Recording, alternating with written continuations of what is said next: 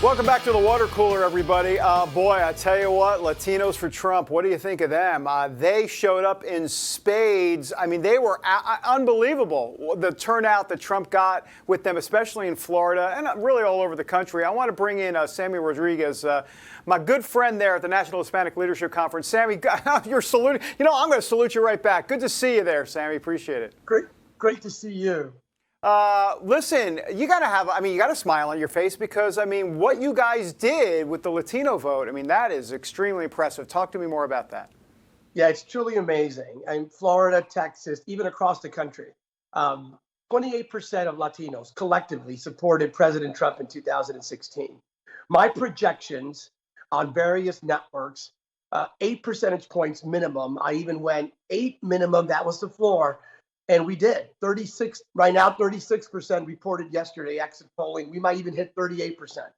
That's a 10% increase. In Florida, over 50% of Cuban Americans supported an agenda of pro-life, pro-religious liberty, and no to socialism. Mm-hmm. In Texas, we're seeing the same numbers. So let me tell you, David, here it is. The inevitable outcome, it looks like we're going to have a President Joe Biden. But community in America now has a formal engagement ring on its finger from America's conservative movement. We're not married, but we're not flirting anymore.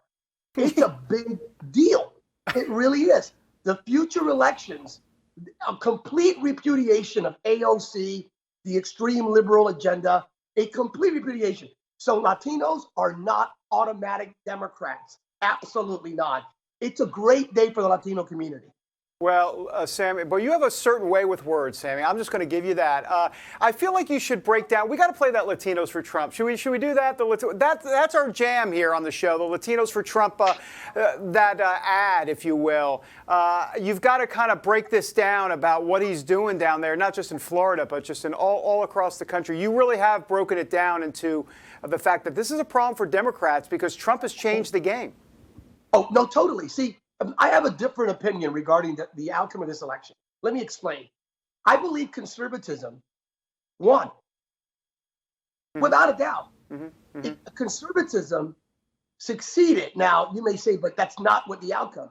Put the executive branch aside. The fact that we didn't lose the Senate, the fact that we gained seats in the House, the fact that 49% of the country supported an agenda of no late-term abortion, religious liberty, of no to socialism, and even Democrats repudiated socialism that turned moderate in their platforms in certain states across America.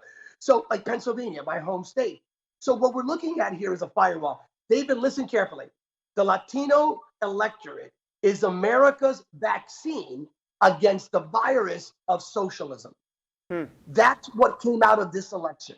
The Latino demographic is America's firewall against socialism, big government, secular totalitarianism, late-term abortion, the perpetual lockdowns. So it's a new day indeed, and you're going to continue to see this.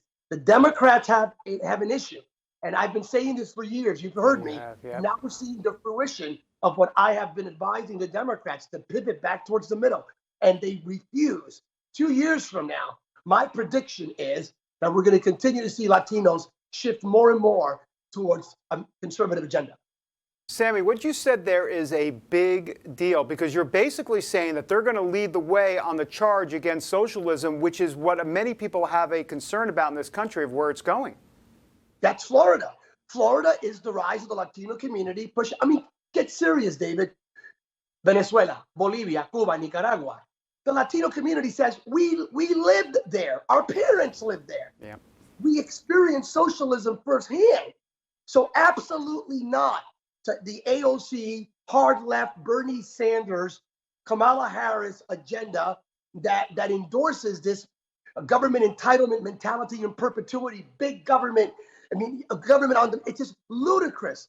And as people of faith, we're the most pro-life community according to Pew Research in America.